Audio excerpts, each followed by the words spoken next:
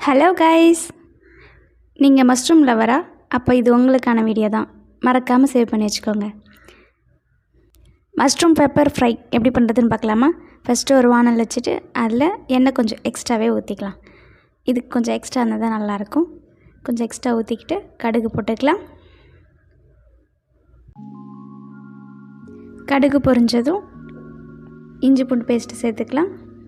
நான் எல்லாமே தட்டி தான் சேர்த்துருக்கேன், ஸோ அதனால் தட்டி சேர்த்துக்கலாம்.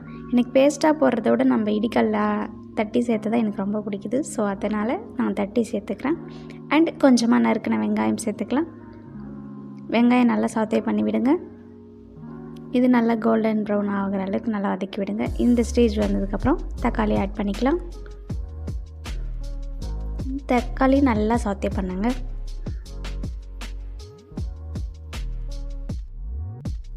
கொஞ்சமாக சால்ட் சேர்த்துக்கலாம்.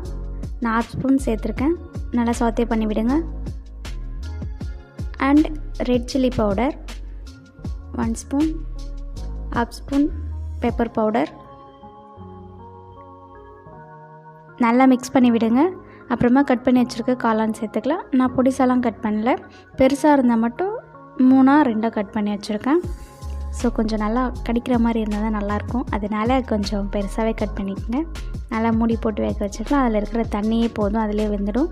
உங்களுக்கு செமி கிரேவியாக வேணும்னா கொஞ்சமாக தண்ணி ஆட் பண்ணிக்கலாம். நான் இன்றைக்கி ட்ரையாக தான் பண்ண போகிறேன், ஸோ அதனால் நான் தண்ணி ஆட் பண்ணல. அதில் இருக்கிற தண்ணியிலே அது குக் ஆகிடும்.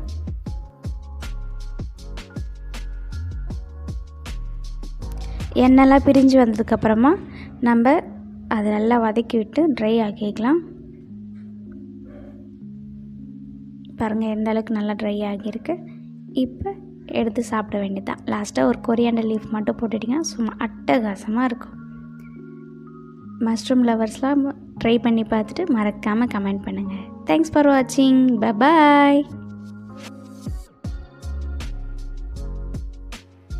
Please subscribe my channel.